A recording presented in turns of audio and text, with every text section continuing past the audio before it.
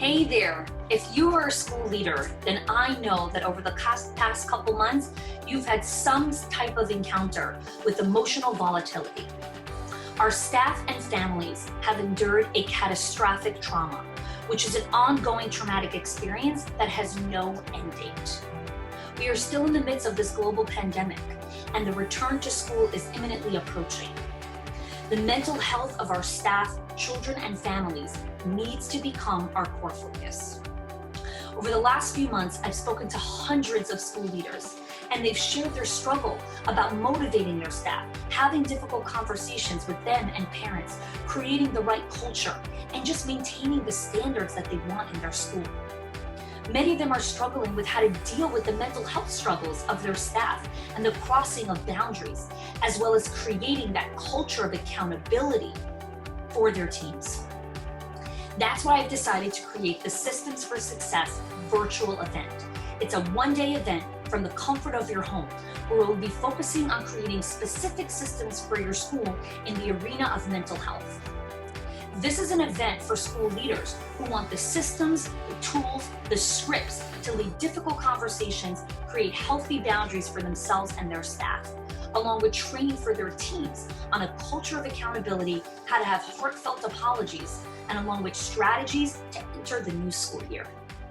I hope that you join us at the Systems for Success virtual event. You can sign up at khani.me/systemsforsuccess. So today we're going to go into the third shield of the difficult conversation, which is victimhood, not in your life. Or, I understand that you feel that you are putting in all of this weight and probably playing 110%, and your co-teacher is barely bringing in 20%. Validate, okay? You don't have to agree if corporate really isn't doing that, or even if they are. The point is, you don't have to agree with their perspective and what it is that they're saying. I'm no longer friends with those people. They're not bad people. It's just I don't want to consistently have conversations with someone who's operating from I am the victim and woe is to me. So when you have a teacher that's their approach, it 100% can be turned around and you can be part of helping her. You really have to be committed to it because it is exhausting and it will pull every part of your skill set and resiliency. And so you really have to be ready to play all in. So my first challenge for you as part of the ripple effect, where everything starts with you, is you really have to ask yourself, am I really ready to help this teacher and support her through this process? Is competent, that is capable, but she's not showing up in that way. And so you have a tremendous power as the leader to actually unlock that in a conversation that you have with her. So here's how to do it. When you want to speak to the committed and capable side, you ask questions that solicit micro commitments. What do I mean by that? After you validate the teacher, then you can say to her, I can see the situation is really not great for you. Are you interested in strategizing on a solution?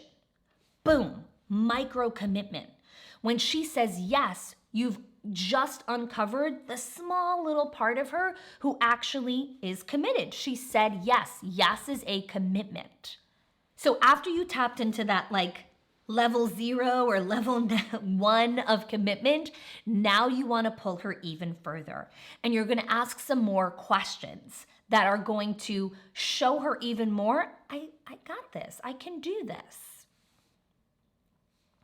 So one is, who are you committed to being known as in spite of everything? So even if everything stayed the same and everything was crazy, who are you committed to being known as?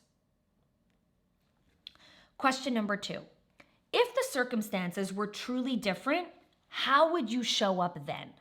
I love this question because people that play the victim always operate from a place of, well, if I lived in $1 billion home and I was married to this Prince Charming and I had this and I had that, then of course I would be successful.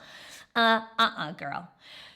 They're blaming their circumstances for why they're not successful. And so this is why I love this question, because you say, okay, if all of the circumstances were in your favor, how would you show up?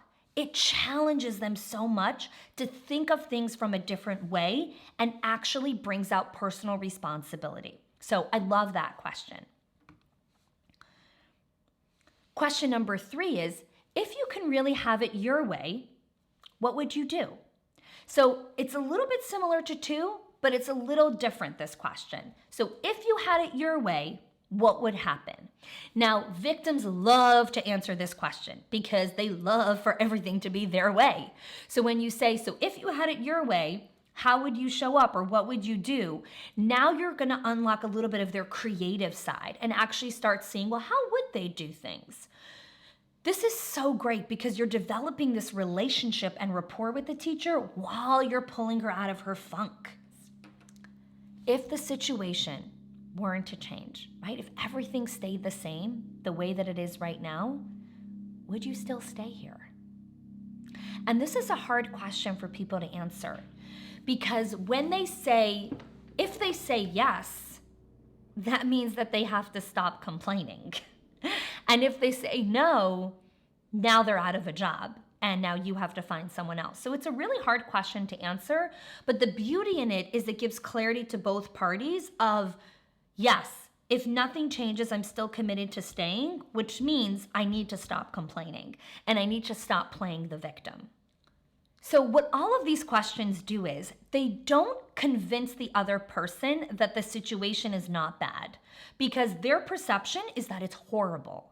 So we don't want to try to convince the person through logic, oh, it's not that bad. Oh, you're just over exaggerating or whatever. You're being a drama queen. No. In their reality, it's bananas. It is horrible. So don't try to change their perception. It's more about saying, these are the circumstances. How do you still want to show up? And lastly, if you've tried all of those things before and you still can't get through, this is when you have to take the risk of being super straight. And a real straight shooter, this is how they operate. They say, listen, let me ask you a question, because it seems like every time I try to share a solution, it seems that you're more committed to there not being a solution than there being an answer. Am I picking on that? Am I picking up on that correctly? You're being straight and you're saying, look, even after all these conversations and I'm offering you so many great opportunities, it seems that you're actually really committed to there not being a solution.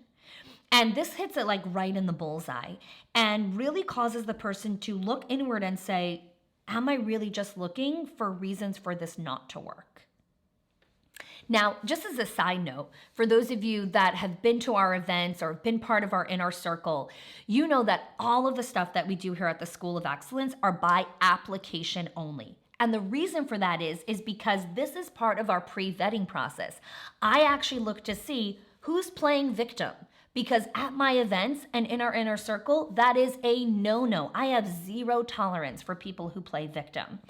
Now, the way that I vet that out is on the calls, after you fill out an application and you get on the phone with me, I have a couple of different questions that I work through to see, are you committed to telling me my situation is horrible? There are no solutions to how hard and whatever's going on in my life.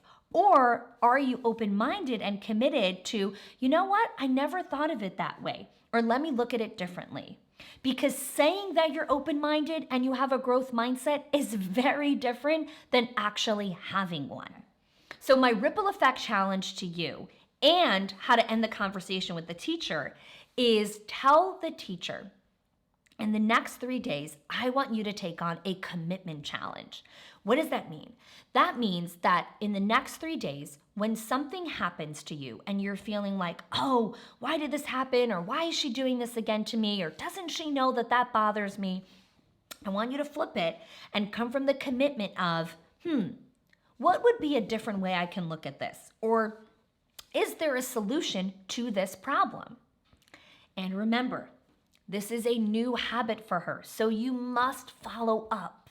So here's a way how you can follow up. You can go over to her personally or in an email and say, hey, I was really inspired by our conversation the other day, and I just wanted to check in with you. How did your commitment challenge go today? Now, Don't be discouraged or surprised if she didn't do it. Okay, she's had decades of using this mindset of playing the victim. But through gentle encouragement and through lots of gratitude and praise and empathy, you really could help her turn herself around. Now, you may be thinking like, does this really work? Like this whole breakdown, it sounds like pretty straightforward, but does it work? Yes. Every teacher is different and every director is different and people are all different. But as a general rule, I've seen this strategy and this breakdown work with teachers, at least for you to enter the conversation with more empathy and with more skill. You are already becoming a better leader.